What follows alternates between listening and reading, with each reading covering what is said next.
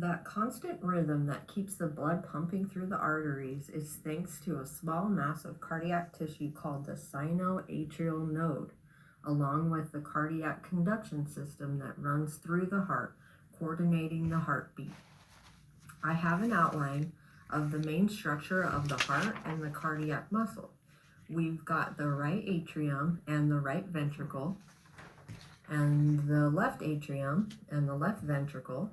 And of course, we have the right side in blue because it's low in oxygen, and the left side is red because it's high oxygen blood that comes in through the lungs. The heart is divided laterally between two sides within a thin layer partition called the septum. This division creates four chambers: two superior atria, which are low pressure areas, and two inferior ventricles that produce high pressures. Each chamber has a corresponding valve which allows blood out but not back in. When a valve opens, blood flows in one direction into the next chamber, and when it closes, that makes it so no blood can flow back into the chamber that it just left. If you put your ear against someone's chest, you'll hear that lub-dub, lub-dub. What you're really hearing are the person's heart valves closing.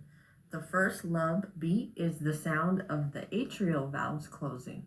The second dub beat is the sound of the semilunar valves closing.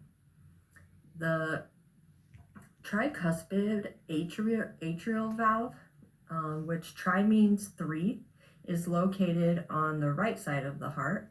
The bicuspid atrial valve, which bi indicates two, is located on the left side of the heart. The structures that are responsible for carrying deoxygenated blood from the body to the right side of the heart, specifically the right atrium, is known as the superior vena cava and the inferior vena cava. We can remember this because we know that blood vessels carrying blood to the heart is a vein. The superior vena cava is obviously going to be located superiorly. It carries deoxygenated blood from the upper body to the right side of the heart. The inferior vena cava is located inferiorly, and it carries deoxygenated blood from the lower body to the right side of the heart. The atria are the receiving chambers for the blood coming back to the heart after circulating through the body. The ventricles, meanwhile, are the discharging chambers. Next, we have the blood vessels responsible for delivering the deoxygenated blood from the right side of the heart to the lungs, and this is known as the pulmonary trunk and the pulmonary artery. The main pulmonary artery splits into the right pulmonary artery and the left pulmonary artery. The pulmonary arteries carries blood to the lungs. The pulmonary artery is unique in that it carries deoxygenated blood to the lungs. Next, we have the pulmonary veins, and they are responsible for carrying oxygenated blood from the lungs to the left side of the heart, specifically the left atrium. Typically, veins carry deoxygenated blood, but pulmonary veins are unique in that they carry oxygenated blood from the lungs to the left side of the heart. The last vessel is the aorta, and it's responsible for delivering oxygenated blood from the left side of the heart to the rest of the body. To get a better understanding of these structures, I'll attempt to explain the blood flow through the heart. So, like all fluids do, blood likes to move from areas of high pressure areas to low pressure, and the heart creates those pressures. The main goal of the right side of the heart is to deliver deoxygenated blood to the lungs so it can become oxygenated. There is a name for it. It is the pulmonary circulation loop. Again, this is where the blood unloads the carbon dioxide into the lungs and trades it in for a batch of fresh oxygen.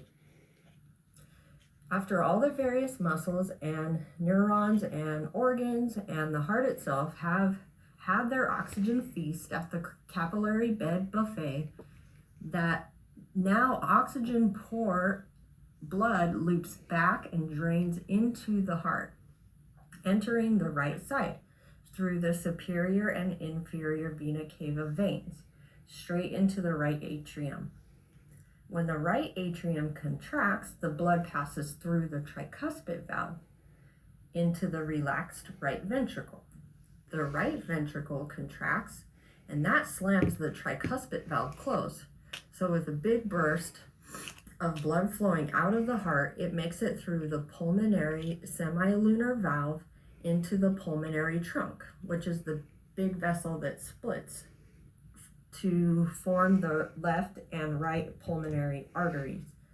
This is the only time in the body where deoxygenated blood goes through an artery.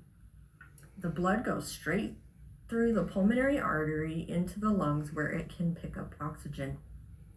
An easy way to think about the function of the right side of the heart is that it delivers blood right to the lungs. The oxygenated blood then travels from the lungs and enters the left side of the heart, specifically the left atrium. The main goal of the left side of the heart is to deliver oxygenated blood to the rest of the body. An easy way to remember the function of the left side of the heart is that it delivers blood that has left the lungs. Oxygenated blood needs to travel through the rest of the organ system, and that journey is known as the systemic loop. The blood is eventually going to get back to the heart through the pulmonary veins and go into the left atrium. The blood would like to flow into the nice low pressure left atrium where it just came from, but the bicuspid or mitral valve slams shut when the left ventricle contracts. It flexes and pressure increases. The blood leaves the left ventricle and shoots up to the aortic semilunar valve, then to the body's largest artery, the aorta. From the aorta, blood will travel throughout the rest of the body and deliver oxygen, nutrients, and hormones. Along this tubular slide, the blood finds its way into very small, thin-walled capillaries, which allow materials to move in and out of the bloodstream.